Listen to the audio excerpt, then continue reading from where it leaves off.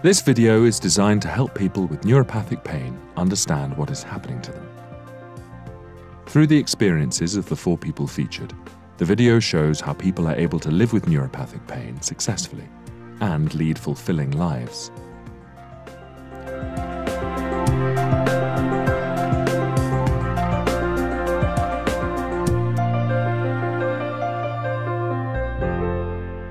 So, what is neuropathic pain?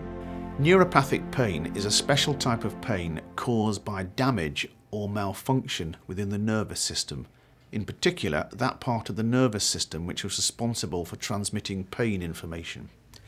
Sufferers of neuropathic pain usually comment that it feels more distressing and more unpleasant than ordinary pain. In fact, they have difficulty understanding that the problem lies in the nervous system and not within the body part where they experience the pain. Thank you. After an injury, such as a burn or bruise, nerves at the wound respond by transmitting signals that are recognized as pain in the brain. This is the normal response, accurately describes the injury, and disappears with healing. If there is nerve damage, abnormal patterns of nerve signaling occur, resulting in distorted, exaggerated, and prolonged sensations of pain in the brain. This is neuropathic pain. How can neuropathic pain start? My pain started just over a year ago when I was on holiday at my brother's and sister-in-law's. And it just came on me, bang. Didn't know what it was or anything. I've been in pain for a number of years, but this was completely different. This was more intense and it just knocked me for 6. I had an operation about 4 years ago. It was quite a big operation, and I found that after I had recovered, I had a niggly back pain. That's how it started, really. And at that time, I was quite immobile after my operation. But the more I started getting up and about, the more the pain came on. And at the beginning, the doctors did think that it was maybe associated with the pain that I'd had from the first operation, but it became clear after maybe 6 or 7 months that it was actually getting worse, and then that became a problem in its own right. It took approximately 9 months to diagnose my pain. It had been very frustrating. I was in a lot of pain. When I was diagnosed, though, I felt pleased that I had got an actual name for the condition. And then I was depressed because I began to realise that this was a chronic condition and was likely to affect my life. My GP didn't really know what it was in the beginning, and he sent me off to the pain clinic. I saw the consultant at the pain clinic who immediately diagnosed neuropathic pain, and I found that a bit difficult because without having scans and things, I did think, how on earth can you diagnose without having examined me? But when I read up on it, I could see that the pain I had fitted that perfectly. What does neuropathic pain feel like? My pain feels like a burning pain. It is centred on my knee, but also radiates up my thigh and into my hip. It's worst at night and in the evening, and it depends how much activity I've done on my feet during the day as to how bad the pain is at night. My pain feels different on different occasions, different in different situations, whether I'm standing, sitting, walking, different on different days, different on different parts of the day. It comes down my back, but then it spreads out. It can also go down one of my legs. And that can go quite far down. It can go right down to my feet and toes sometimes. And it's a bit of a mixture between pins and needles, also a burning sensation and numbness. It's constant, it doesn't ever go away. I can get in positions which sometimes lessen it, but on the whole it doesn't move. The pain is very intense, very, very intense. It's like a sharp poker hitting you in one place, and it's not nice at all. The intensity can be different. It can be sharp, it can be dull, it can be throbbing, it can be achy. So I never know. Something of passing interest. What's it like today? What impact does neuropathic pain have on people's lives? Neuropathic pain has changed my life. Before, I didn't have to really think about what I did. I could go wherever I wanted, when I wanted, and now I do have to think more carefully before accepting an offer to go somewhere or agreeing to do something. I have to really think about pacing myself and whether my body is up to doing it or not. It's a very difficult mindset because you really do want to do some of the things with your friends and some of the things that you used to do, but sometimes you can, but maybe in a slightly adapted way. The sleeping habits have changed a lot in that I don't want to lie down before I've got to, because I'm more uncomfortable lying down than I am sitting. So often I'll sleep for a couple of hours on the settee, sitting up. Then I go to bed, then I'll read in bed until I'm absolutely falling asleep, and then I'm not aware of the pain much. And I also, before I go to sleep, sort of think, okay, you know, pain, you can be there. But when I'm really tired, it's easier to do that than when you're wide awake, obviously. I used to play a lot of snooker. That's gone out the window now. I can't do anything at all. All I can do is read, watch television, and do gentle exercises. I go down to the local shopping centre 2 or 3 times a week where I can do a slow walk and sit down. But other than that, there's not a lot I can do. My moods have changed as well. I find that sometimes I feel more emotional about things. So when I think about maybe things that I've lost or things that I can't do, it does upset me. But on the whole, I do try and stay positive. The accident that I first had, I was on a dancing weekend. Well, that's gone. I do quite a few courses, but I've got to be careful where I choose to do them. Can I walk from the railway station to where I'm going, or to the taxi rank? Where I teach has changed during the time I've been teaching, because I can't teach where there's a lot of outside steps, too far to walk from the car park to the teaching room. So I've just reorganised my life around it, you know, so now I'm not so conscious that it has changed my life, because I've tried to fit my life in to what I can do, not what I can't do. So I've let what I can't do go and infill that space with what I can do.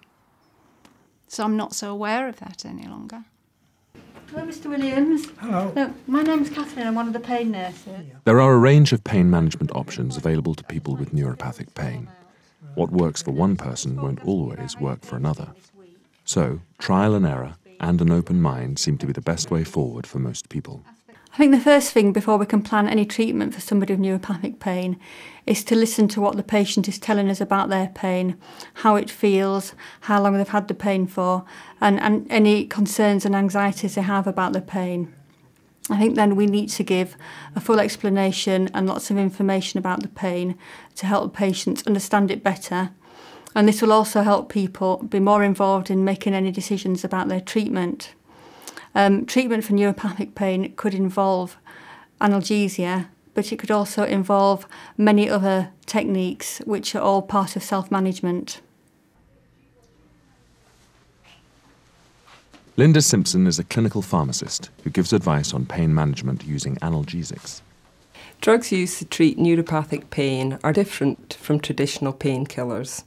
It can be disconcerting for a patient to get home with their medication and read the information leaflet and find out that their drug is also used to treat conditions like epilepsy or depression.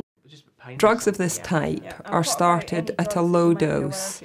They need to be taken regularly and gradually increased in strength to prevent any potential side effects.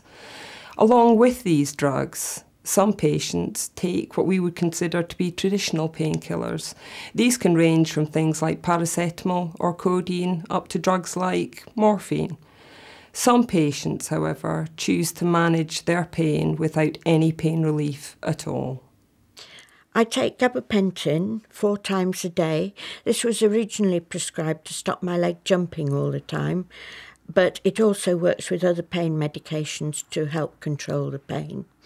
I take amitriptyline at night, which helps me sleep, but there are often times when I need to take an extra drug, such as cocodamol, to help with the pain. The pain medicines that I take at the moment are morphine and tramadol and amitriptyline. They came on gradually. I started initially with the tramadol, then I added in the amitriptyline and then the morphine. They don't take the pain away, but they do, I suppose, dull the pain slightly, which makes it a bit more easier to manage. I'm not taking anything at the moment. I've tried a few things and they haven't worked. They haven't got rid of the pain. But certainly with one of them, I'd got the side effects of it. The problem with the painkillers that I take is that they do have side effects like constipation. Sometimes in the morning I can feel a bit of a fuzzy head. Another big problem is that with the morphine I have to take it a good 2 hours before I want it to have an effect. So I set my alarm every morning for 5 o'clock and I literally sit up and take them and then go back to sleep for 2 hours, and by the time I've woken up at 7 o'clock then I'm normally able to get out of bed. But there are days where if it hasn't worked sufficiently, I can't really get going and I just have to wait until it's taken effect. I take morphine, status pads, gabapentin, amitriptyline. All of these together help me a great deal in controlling the pain. I also tried a TENS machine and I tried acupuncture. All these things helped to some extent, but the thing that has really changed my life was having an implanted spinal cord stimulator fitted, and it improved my quality of life to a great amount. Neuropathic pain, which is a certain type of pain that people get, which some of you have got, which is more like a nerve type pain, and it's a pain which is quite difficult to diagnose and to treat and very difficult to live with. If there's any particular part of your body where you feel that it should go. Whether or not people find analgesics helpful, many do find that self-management helps improve the quality of their life.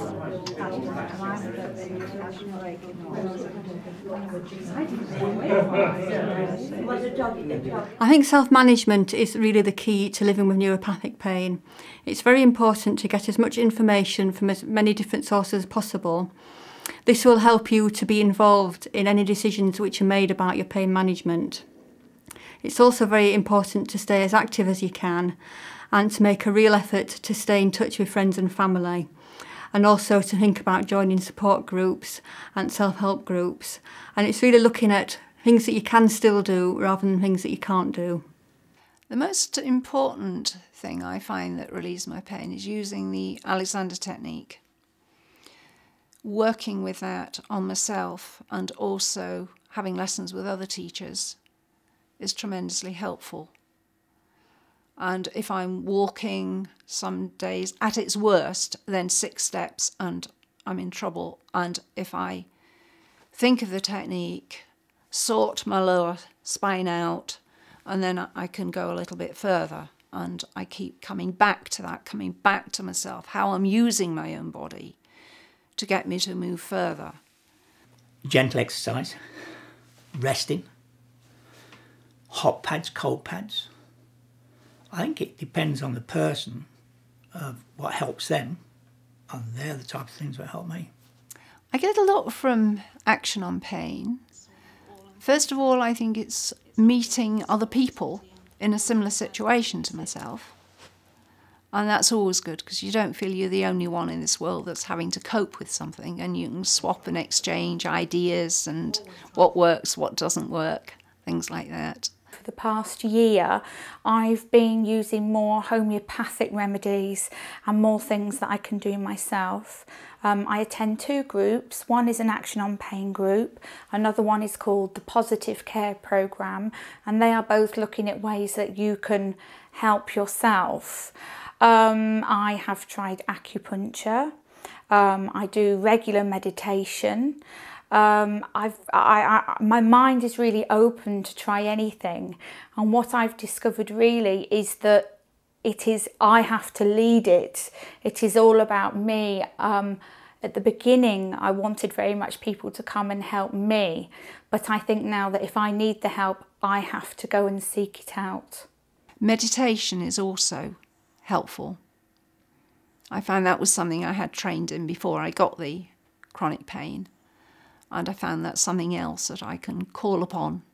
As you know, I think we need quite a few methods, quite a few tools in our toolbox, and I find it depends quite a bit on the type of pain, intensity of it, and the sensations of it as to which method I'm going to call upon on that particular occasion. So what do the people in this video recommend for managing neuropathic pain? My top tips for managing my pain are to work with the pain management team, to keep yourself occupied, and to do as many things that you did before as you possibly can, and to find other things that you feel that you can do while your pain is bad. My top tips for managing my pain would be to seek help before it gets too bad. Don't try and struggle on. Definitely to pace yourself, and at the beginning maybe overpace yourself so that you are actually having more rest time, so that you're able to feel ready the next day to do the things that you need to do. Try anything that anybody says could help. Try heat, try alternative therapies, try self-help groups. It's very easy in the beginning to think, oh, well, I don't like that, oh, I'm not going there. But until you try these things, you don't really know if they're going to help. Somebody who's been recently diagnosed with neuropathic pain must feel despondent. The pain is very severe, and they must feel that it is going to be very difficult to live with. I would advise them to work with the pain management team. The treatments that work for one person don't always work for another, and therefore they have to have patience that the team should be able to find a package of care which will help them. Don't give up. Life's still there. Life's there to be lived, to be enjoyed. And not to get sucked into it. Not to feel this pain is the most important thing in my life. It's not. Unless we allow it to be. There is hope for the future. The future may be a bit different to how it was before, but you still can live a very good life. You are your own specialist in your pain, and you have to sometimes, unfortunately, fight for what you want. I've always been told, no matter what pain you have, you try and carry on your life as normal. I used to play a lot of snooker. I can't do it now, but I still go around and watch my mates play. I read a lot. I watch television as normal, but you've got to adjust your life according to the amount of pain you're in. It's good to talk to people at whatever level, whether they're equals who've got pain or whether they're people who are trained to deal with people who've got pain. It's helpful, very helpful.